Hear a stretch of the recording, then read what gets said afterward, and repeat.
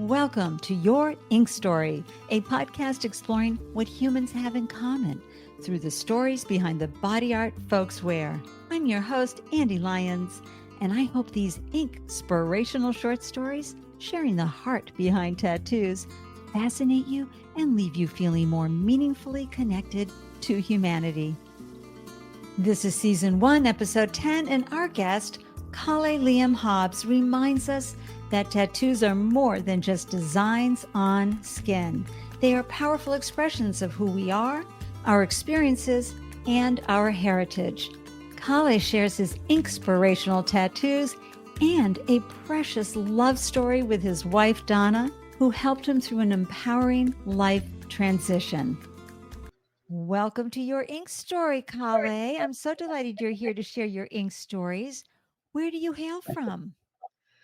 I'm currently in Edmonton, Alberta. Listeners, Kale, also known on Twitter as Sir Leprechaun Rabbit. You can find like-minded friends Yes.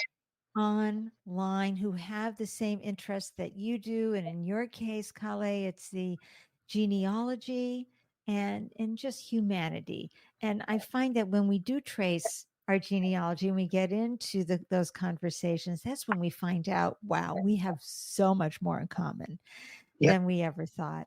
And that's what I like doing it with the ink stories. I find that when we get to talk about why someone put that piece of art on the body, we tap into our humanity. We tap into things that Mhm. we all have in common, whether it's loss or triumph or tribute or Yes.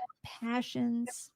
Let's talk about your tattoo origin story because everybody has that first tattoo they got, whether it was when they were Oh, yeah. in college I years try to drinking forget with it, but yeah. buddies or they were in the military, but everyone has that first origin Very story. first What one. was your? It was about the size of my thumb. It was a name on my shoulder.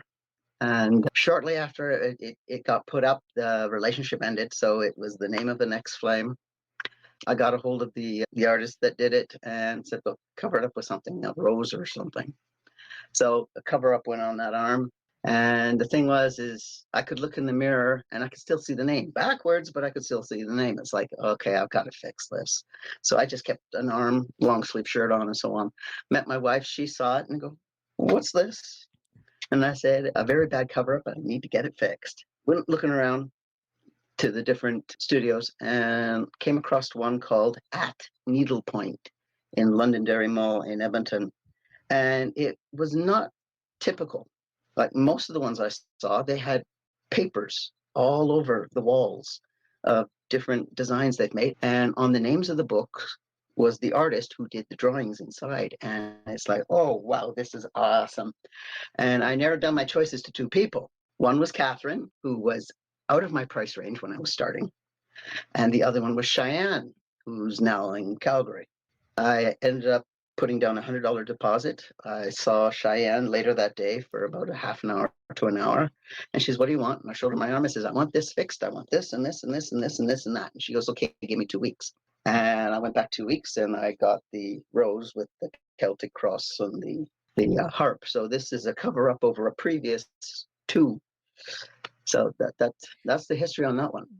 I have to tell you, that is not easy to do. I mean, a cover up of a cover up. She And expanded the rose, and yeah, the harp took up the stem, and it blossomed from there. Technically, oh my gosh. And so Kale, what was the significance of the rose? I mean, because you had your origin with the name and you wanted to cover it hmm up by a rose, but then you added the Celtic harp. What does all of that mean? most tattoos have a significant meaning for the person that wears it. Mine kind of has a double meaning. The rose is my English heritage, but it also represents my mother, who passed away a number of years ago. But at the time, it was to represent the bond she and I shared with gardening. The Celtic cross is basically my Irish heritage. And the harp is my love of music. I played instrumental music in high school. My father was a pianist and he hated playing for the longest time. What he wanted to play was something called honky tonk. And the easiest way I can explain it is you take the lid, if you can, off the piano, find brass tacks and stick them on the end of the hammers. So when you hit the keys, it twang. It's very, very short, staccato, metallic, whatever you want to call it, but it's lively. I loved it. Is your wife very happy with the rose and the Oh, she Celtic likes this cross? one. She likes them Excellent. all. I've sent you the pictures ahead of time. The Really military love one on my right thigh, she's been, oh gosh, I don't know how long I've had it. I've had it for a while, and I can't remember the young lady that did it. She's moved on. She's in BC somewhere. It's still black and white. And she says, you got to color that. And for my 50th birthday, she was going to give me the money to go to the shop and have Catherine or Cheyenne do it. And no. I don't know what color I want it. It is. And Kelly, the color choices, I think that is where one can get really stuck, right? How do you think you'll choose about which color to use? Well, I have seen one of those cobras before in real life. I was a little freaked out by it, but it didn't want me, thank goodness. And the thing that's interesting is the hood and going down the back of the cobra, it's black, like a silvery black. The underside is like a silver. If you remember the two circles with the loop, it almost looks like Right. two eyes looking at you. It was blood red.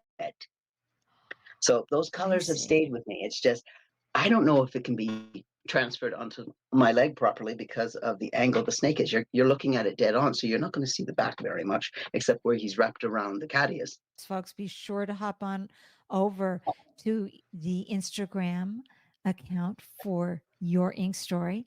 Tell me your ink story to see Kale's gorgeous, gorgeous tattoo with the rose and the harp and the cross. I mean, it's gorgeous. There's so much detail to it. The strings in the harp, everything Mhm. around it. Yeah. It's just such a 8 beautiful, beautiful hours. tattoo. 8 hours we sat, and we only took a break a couple of times. One sitting. I haven't been able to do anything quite like that since.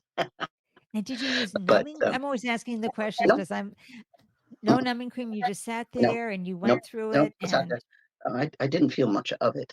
So okay.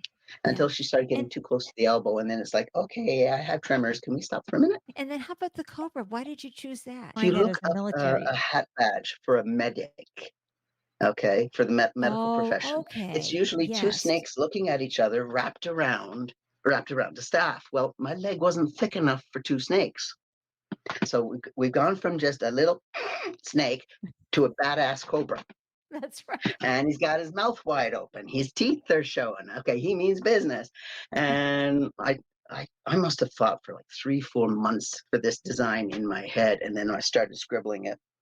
And he has dog tags hanging out of his mouth. And if you look real careful on the one tag that is in full showing, it's got a little maple leaf on it. That's still not finalized. The wings aren't finalized either.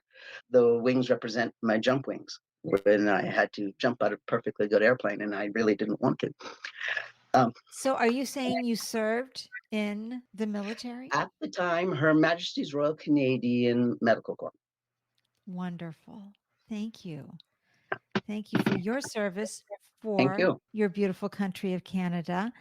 Listeners, you can see the dog tags. They're sort of swinging in the air as well. I'm excited though for the color of this, and I'm hoping that you'll send us, when you do figure that out, that you'll send us an update that we can add to the podcast notes because this Of is really course. beautiful. And then your other one is very heritage, I think, for your Irish background. Yes. Mhm. It's just the word Irish. The eyes are represented by triquetras. My youngest son liked it so much, he went and got an identical one, but instead of triquetras, he got shamrocks. Mine is on my left thigh. His is on his left calf, I believe. Oh my. And it usually represents the three principles of love and marriage. Really?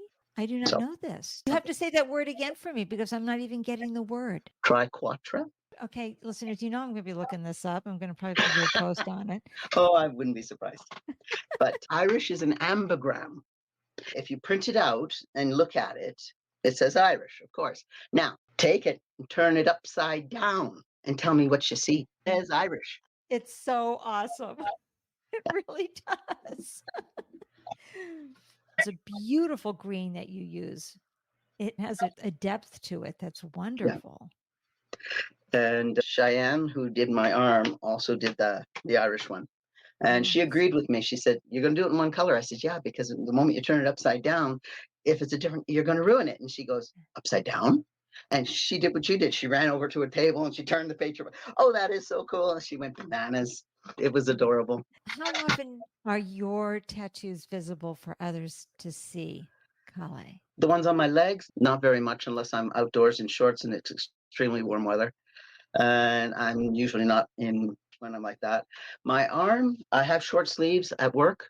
And the thing is, when the casino I work at is open, I have to wear a jacket, regardless of how warm or how cold it is. And with a jacket on, of course, you can't see anything. But before the casino opens, I'll show up at my designated time and they'll say, "Oh, hi, how are you?" And I says, "I'm okay." And then they start working and then they turn and look and they see the bottom of the harp hanging out and they went, "I didn't know you had a tattoo. Do you have any more?" And that gets into a conversation and work stops. And I went, "No, no, no, no. We'll talk later. Get work done so we're not in trouble." But yeah, it That's amazed quite a few wonderful. that they didn't know I had three. And so you have found people to be curious and they want to know more and they're accepting of your body art. They're not looking at you and judging you. They're going, wow, look at that. My body art, they're quite accepting. What gives them pause is when they find out I'm a transgendered individual. Tell me more. I was born a girl, and when I had my surgery, I had to go through a lot of psychiatric evaluation and so on. And I remember something the psychiatrist told me before he signed off my papers to send them to Montreal so I could have my surgery. He said, "Going from a lady to a gent is rare. For every one of you that becomes a gent, there's over 40 gentlemen becoming ladies." And I didn't know the truth behind that until I went to the clinic in Montreal. I stayed there for 6 weeks because of all the invasive surgery and so on, and the healing and the chance of rejection. And I was the only one they did for a month. And they would go through 5, 6 ladies in a day. So I had a bunch of little sisters. Yeah. And you get to know them as they circled in and circled out and flowed in and flowed out. Meanwhile, you were there the whole month. Yeah, Wow. Well, yeah. first of all, Kale, I just want to say thank you for sharing that. It's so important. You are loved and cherished for who you be. And the fact that you wanted to be fully expressed, and that meant in the form of the male gender. And you were willing to go through what you did for that. I deeply admire your courage. And I am honored that you shared that transition with me and with us. And did you meet your wife afterwards, No, I met her Kale? before. No, Before. my second marriage was common law. So it just Mhm. dissolved. And my youngest two sons are from that relationship. It only Yeah. lasted not even 7 years. My wife and I met on the net long before I had Leprechaun Rabbit. I had painted into a corner spelled with a K. And I posted my poetry and she came across it and she fell in love with it. And she wrote and she goes, "Can we be pen pals?" And I responded in a little rhyme. And it took me about a good hour to put it through. And I sent it off and I went to get my kids ready for school. And my computer's going ping within 10 minutes. And we started corresponding. And yeah, that's how Wow. we met there. After in 3 months, I sent her money to fly her out to Ontario. Wow. And she met my side of the family, and This and is she wonderful. met she met my sons. She brought them little teddy bears in their favorite colors, and she stayed with us for 2 weeks. And before she got on the plane to head back, I proposed to her, and she was in tears, and so was I, and crying Yeah. my eyes out, going back to the car, dragging my kids. I said, "Okay, everybody in 1, 2, 3, 1, 2." Three was missing. My youngest son went missing. I went, how could we lose him? Like, okay, we got to go back in. So we go back in.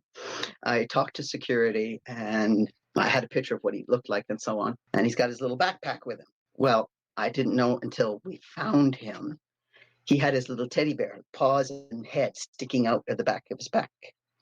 He was following my wife through Oh, security and all that, about a good 10 feet. And nobody paid it any mind, thinking, oh, he's with his mother, right? And all was fine until they took his backpack away. 4 years old, not quite five. You want to take away their backpack, their yeah, teddy yeah. bear, and I, whatever other I, treasures are in that I'm bag. hearing it right now.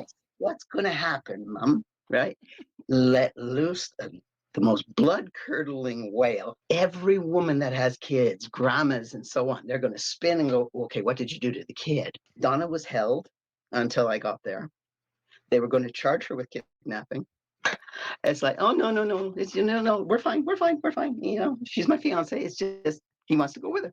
So, No, but that's a beautiful love story. it's a cute one. That But really is. And your boys are still in your life. my oldest has a 7-year-old son of his own. He'll be 32 just before Right. Christmas. Number two son, who has a similar tattoo to my military one with the caption, proud son of an army medic. He just turned 30 in July, and my youngest is 27, and There we he go. has a 4-month-old son. Oh my gosh, you had it right in a row practically. Mm-hmm. That is Yeah. wonderful. And Well, they my the faced your family. transition fine. Oh, they had no problem adjusting. You know, Yeah. before I adjusted, I was mom and dad.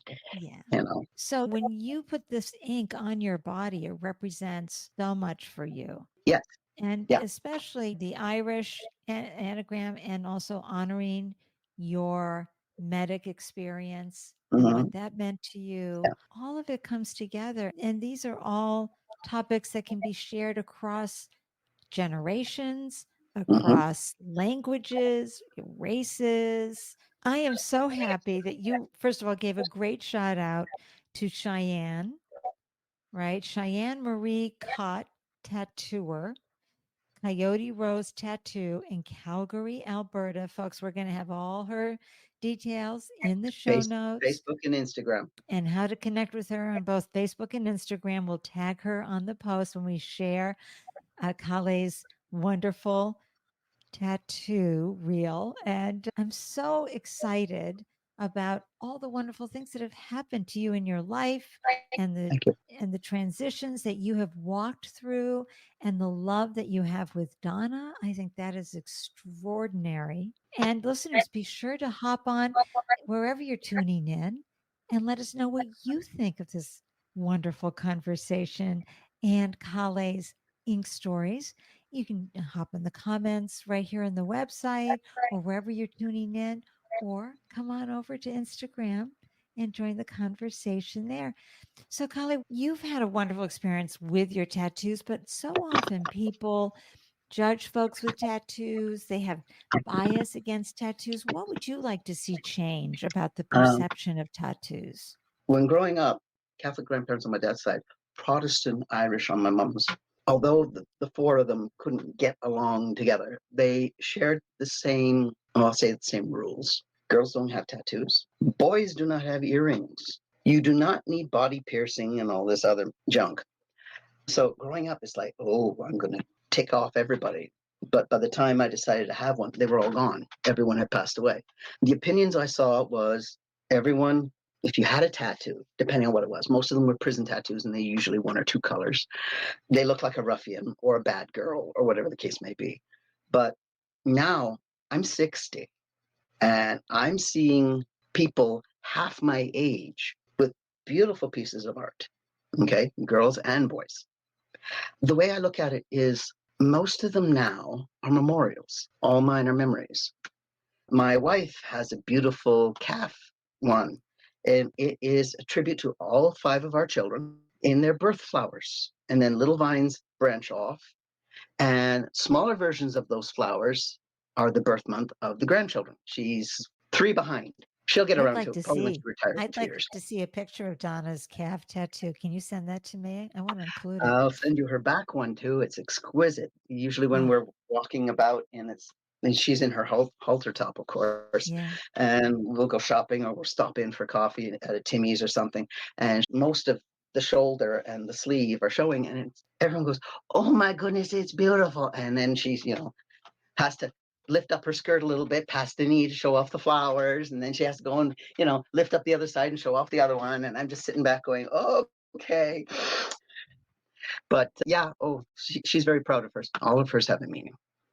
And there's only one that she has hidden, and that is a Celtic heart, and that represents me.